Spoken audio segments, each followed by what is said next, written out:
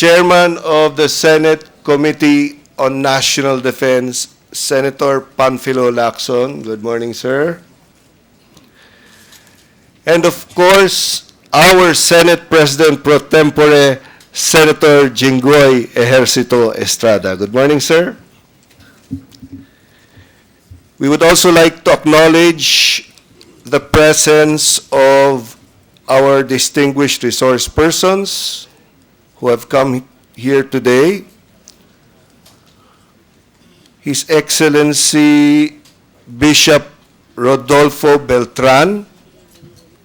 Good morning, Your Excellency. His Excellency Bishop Leopoldo C. Haushan. Good morning, Your Excellency. His Excellency Most Reverend Martin Humawad. Good morning, Your Excellency. His Excellency Bishop Juan de Dios M. Pueblos. Good morning, Your Excellency. His Excellency Archbishop Orlando B. Quevedo. Good morning, Your Excellency. His Excellency Most Reverend Ernesto A. Salgado.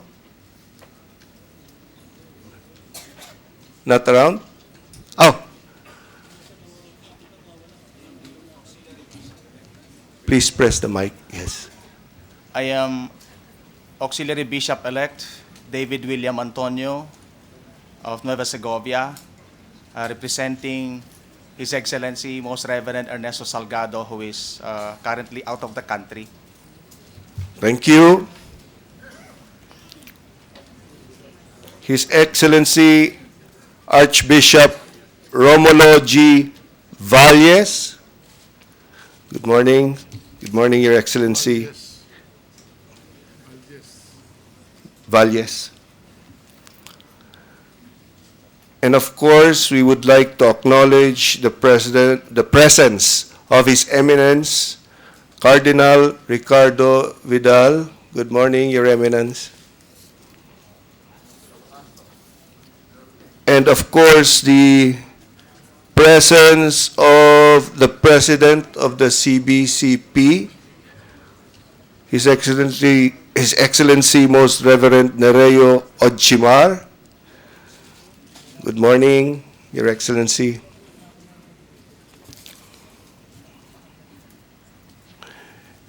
From the Department of Foreign Affairs, Yusek Esteban B. Conejos.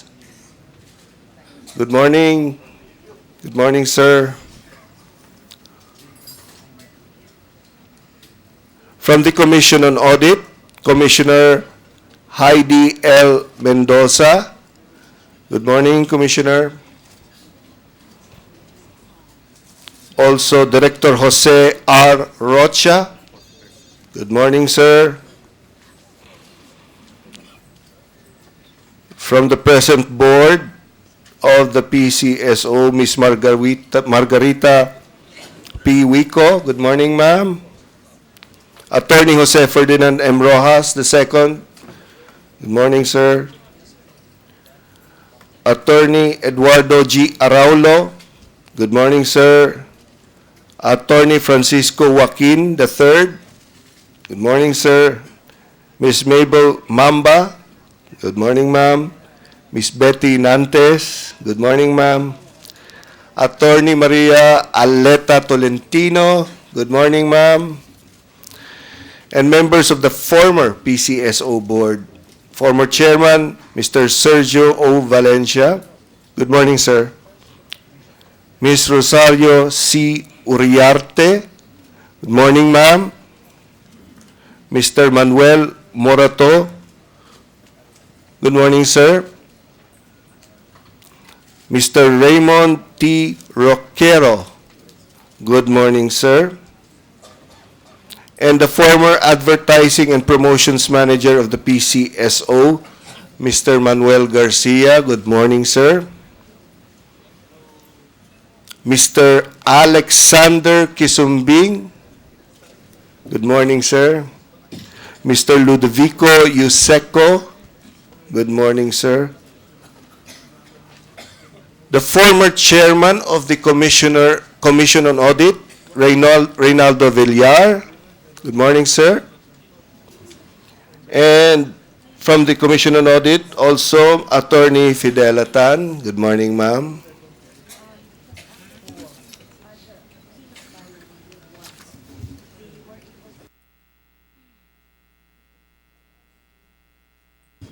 Okay, we will proceed with our hearing. The chair gives the floor to Senator Miriam Defensor Santiago. Thank you very much, Mr. Chairperson. As I told you earlier in my letter, I'm a very sick person. I've come only because I feel I am obliged to speak on constitutional law. And I will seek in advance the indulgence and the permission of our colleagues so that I can leave immediately after I deliver this speech. I've been told that I'm already medically at risk just by coming here. The title of this paper is Public Funds and Incidental Religious Benefit, the Constitutional Issue. First, I will discuss the facts very briefly, and then the law, and then the issue, and then I shall attempt a very modest and very short constitutional analysis. The facts. Any of the resource panel may feel free to correct me just by pressing your button. It appears from the 2009 report by the Commission on Audit that the Philippine Charity Sweepstakes Office charged to its charity fund the total amount of 6.94 million pesos, in effect about 7 million, for five utility vehicles granted to certain dioceses of the Catholic Church. On the face of each check, in so many words, the following explanation was typed, colon, quote, purchase of 1 unit 4x4 service vehicle to be used by the diocese in its various community and health programs, unquote. Each of the bishops involved used the PCSO grants to purchase the following utility vehicles: a second-hand 10-year-old Nissan Pathfinder pickup. I'll say that again. A second-hand 10-year-old Nissan Pathfinder pickup. I am not so believing this. It's not only second-hand, it is 10 years old. And it is a pickup. You mean to say we are devoting our resources and our time here to investigate a person because he bought using government funds for community purposes, according to the face of the check itself, for community and health programs, a second-hand 10-year-old Nissan Pathfinder pickup? This is not intelligent. In addition, a Mitsubishi Strada pickup. And then, a Toyota Grandia Hi-Ace, and a Mitsubishi Montero, and an Isuzu Crosswind. The COA report said that this action was a violation of the constitutional provision that no public money should be appropriated directly or indirectly for the use of any church. Those are the facts. Let me go to the law.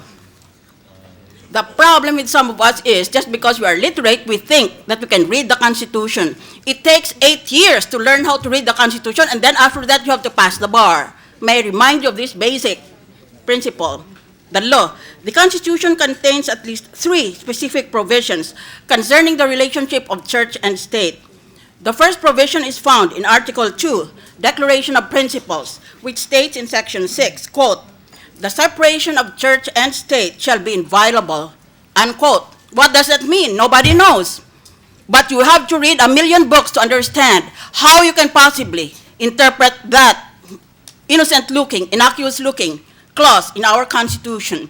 And you have to wait for the Supreme Court to tell you what it actually means. Because the Constitution is what the Supreme Court says it is. It is not what some person who just knows how to read and write and is therefore qualified as literate says it should be. The second provision is found in Article 3, Bill of Rights, which states in Section 5, quote, no law shall be made respecting an establishment of religion or prohibiting the free exercise thereof, unquote. And the third provision is found in Article 6, the Legislative Department, which states in Section 29, Paragraph 2, quote, no public money or property shall be appropriated, applied, paid, or employed directly or indirectly for the use, benefit, or support of any sect, church, denomination, sectarian, institution, or system of religion, unquote. So now we have before us